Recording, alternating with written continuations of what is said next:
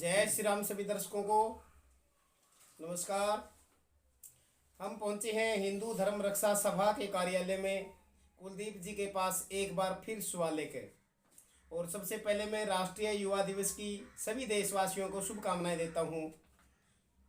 हाँ जी कुलदीप जी। जय श्री राम। सभी देशवासियों को राष्ट्रीय युवा दिवस की बहुत बहुत शुभकामनाएं। कुलदीप जी, हमारा पहला सवाल है कि राष्ट्रीय युवा दिवस पर आप समाज को क्या संदेश देना चाहेंगे? राष्ट्रीय युवा दिवस पर मैं सिर्फ यही संदेश देना चाहता हूँ कि स्वामी विवेकानंद जी के पद चिन्हों पर हर युवा को चलना चाहिए। वो एक युवाओं के आदर्श हैं। वो अगर हर युवा उनको अपना आदर्श मानकर चले तो अपने जीवन में हर सफलता को प्राप्त कर सकता है। तो कुलदीप जी, मैंने भी सुना है बचपन से, और जब गुरु गोविंद सिंह जी के बच्चे चारों शहीद हो गए थे तो उस टाइम बाल दिवस 26 दिसंबर को मनाया जाता था। अब 14 नवंबर को मनाया जाता है। तो इसमें मतलब ये क्यों बदला गया और इसके बारे में आप क्या कहना चाहोगे? मैं इसके लिए प्रधानमंत्री जी को बार बार नमन करता हूँ और उनका धन्यवाद करता हूँ कि इस फैसले को भले ही उन्होंने थोड़ी देरी से लिया, लेकिन लिया। ये तो बहुत पहले हो जाना चाहिए था। ये थोड़ा सा लेट कर गए। कोई नहीं, देर आए दुरुस्त आए। अच्छा हुआ कि गुरु गोविंद सिंह जी के जो चारों वीर पुत्र थे, इस दिन वो वीर गति को प्राप्त हुए थे।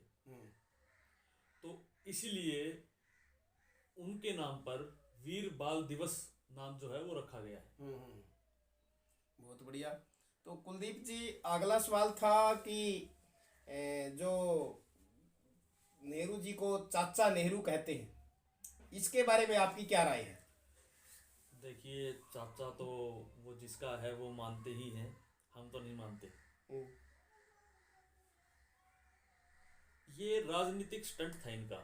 भारत के ऊपर पहले गांधी ने थोपा, अपने इच्छाओं को जबरदस्ती देश के ऊपर, देश की जनता के ऊपर उन्होंने थोपा, क्योंकि देश की पब्लिक उन पर विश्वास करती थी और उन्होंने विश्वासघात किया उनके साथ। फिर उसका लाभ उठाया, राजनीतिक लाभ, पैसे के कारण नेहरू ने नेताजी सुभाष चंद्र बोस को पार्टी से निकलवाया, उनको नज़रबंद करवाया। भगत सिंह, राजगुरु, सुखदेव को फांसी पर लटकवाने वाले, मुखबरी करके ये व्यक्ति थे।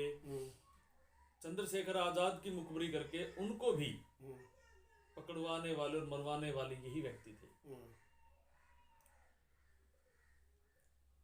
अब देखिए, हमें पढ़ाया जाता है कि देश का पहला प्रधानमंत्री जवाहरलाल नेहरू। पहली बात तो नेहरू कोई गोत्र ही नहीं है। ये पंडित है या नहीं है, इस पर भी संशय है। ये भी शंका का विषय है, इस पर भी पक्का नहीं कह सकते। और दूसरी बात, इसको चाचा कहा जाता है और गांधी को राष्ट्रपिता कहा जाता है, जबकि अगर पहली बात तो राष्ट्र का कोई पिता हो नहीं सकता। दूसरी बात, अगर कोई पिता का दर्जा देता है तो गुरु गोविंद सिंह जी के सिवाय मैं नहीं मानता कि कोई ऐसा व्यक्ति हुआ होगा अब तक जिसको राष्ट्रपिता का दर्जा मिलना चाहिए। ठीक जी। तो धन्यवाद कुलदीप जी। आपने जो सवालों का जवाब दिया, कुछ सही दिया और कुछ समाज की नज़रों में या मतलब कुछ आदमियों की नज़रों में विवादित दिया, उसके लिए मैं कुलदीप जी का धन्यवाद करता हूँ जो भी सवाल दिया। और एच भारत न्यूज़ देखने वाले सभी दर्शकों को मैं फिर से धन्यवाद करता हूँ। राष्ट्रीय युवा दिवस की शुभकामनाएं देता हूँ। बहुत बढ़िया कुलदीप जी, इजाज़त दो हमें भी। जय श्री राम। और आप सभी देशवासियों को स्वामी विवेकानंद जी के जन्म दिवस की और राष्ट्रीय युवा दिवस की ढेरों ढेरों शुभकामनाएं। नमस्कार जी।